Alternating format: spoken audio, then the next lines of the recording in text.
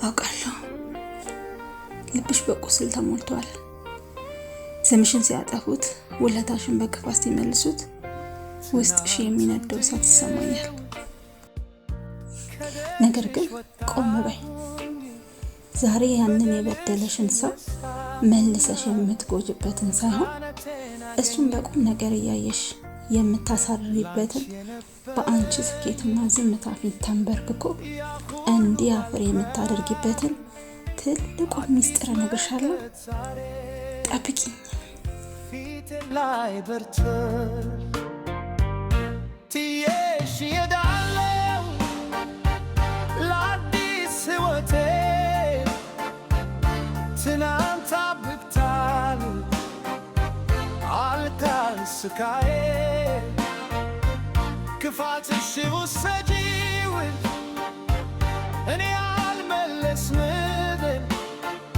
ከእንግዲህ ለበደለሽ። እንኳን ደህና መጣችሁ ውድ የቻናላችን ቤተሰቦች።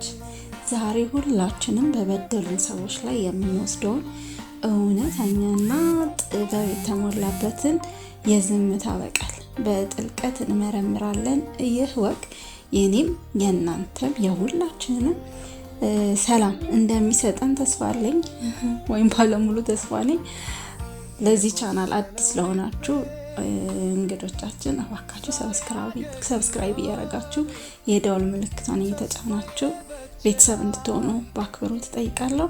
በሳምንት 3 ቀን የመለቃቸውን የተለያዩ ቆንጆ ወጎች ከስጅ ስራ ጋር የተዋሃደ ማለት ነው እንዲደርሳችሁ ከፈለጋችሁ ፕሊዝ ሰብስክራይብ ማድረጋችሁን አትርሱ።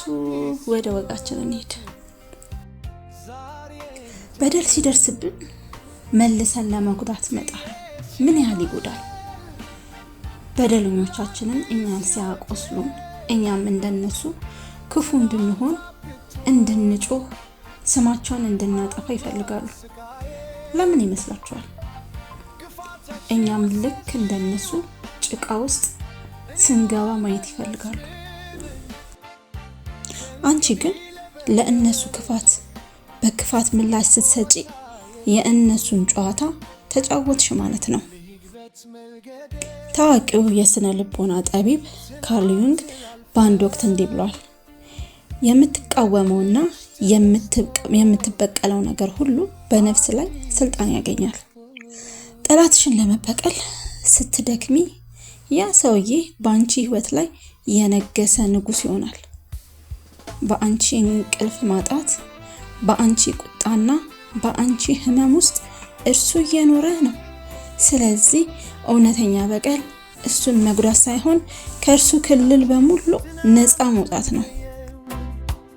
ከደጅሽ ወጣሁኝ በደልሽን ረሳውና ነፃነቴን አገኘሁ ላንቺ የነበረኝ ያ ሁሉ አልፕረ አዲስ መንገድ ዛሬ ፊቴ ላይ በርቶ። ከመጽሐፍት ዓለም ላይ ካሉ እኔም ራሴ በህይወቴ በየቀኑ የምማርበት ትልቅ ምስጢር ላካፍላችሁ። ታላቁ የሮማ ፈላስፋ ማርከስ ኦሬሊየስ ሜዲቴሽን በሚለው መጽሐፉ ላይ ትልቅና ምርጡ በቀል እንደበደለ ሰው አለመሆን ነው ይለናል። እርሱ ሲዋሽ አንቺ እውነተኛ መሆንሽን፣ እርሱ ስምሽን ሲያጠፋ አንቺ በክብርሽ መጽናትሽን ለእርሱ ከማንኛውም ዱላ በላይ ህመም ነው። ሁለተኛውና እጅግ አስደናቂ መጽሐፍ የማህተመ ጋንዲ የህይወት ታሪክ ነው። The story of my experiment with truth ስናነብ የምናገኘው ትልቅ ሚስጥር ነው። ጋንዲ በአንድ ወቅት እንዲህ ብሏል።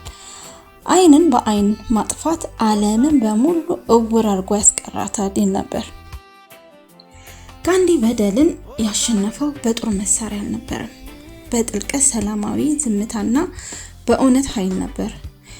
የበደሉሽን ሰዎች ምላሽ ባለመስጠት ስታሳፍሪያቸው ከክፋታቸው በላይ ከፍ ስትይ የራሳቸው ህሊና ፍርድ ቤት ቆሞ ይጋፈጣቸዋል። ሮበርት the 48 laws of power በሚለው መጽሐፉ ላይ በጠላቶች ላይ የመጨረሻውን የበላይነት የምትቀዳጀው እነሱን ችላ ስትላቸውና ጭራሽ በህይወት ውስጥ እንዳልነበሩ ስታደርጋቸው ብቻ ነው ይላል። እስቲ አንድ ጥንታዊ የግሪክ አፈ ታሪክ ልንገራችሁ። ጀግናው ኦዲዮስ ከጦር ሲመለስ ሳይረኖቹ የሚባሉ በድምጻቸው ሰዎችን እያታለሉ ባህር ውስጥ የሚከቱ ክፉ ፍጥረታት መንገድ ላይ ጠብቁት ነበር።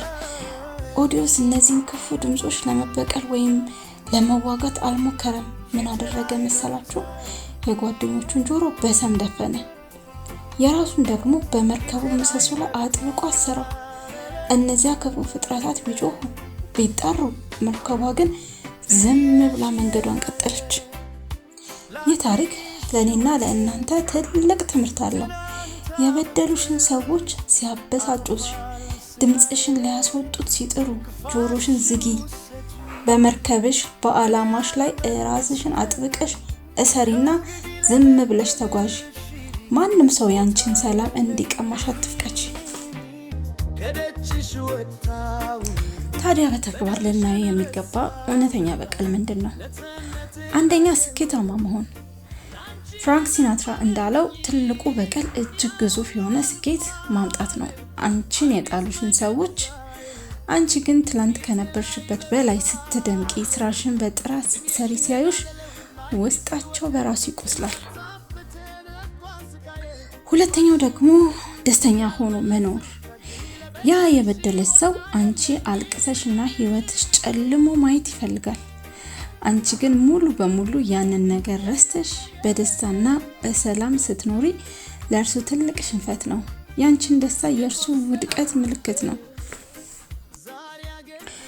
ሶስተኛውና የመጨረሻው ይህን ሀሳብ በጣም ነው የምወደው፣ ነፃ መሆንና ይቅር ማለት።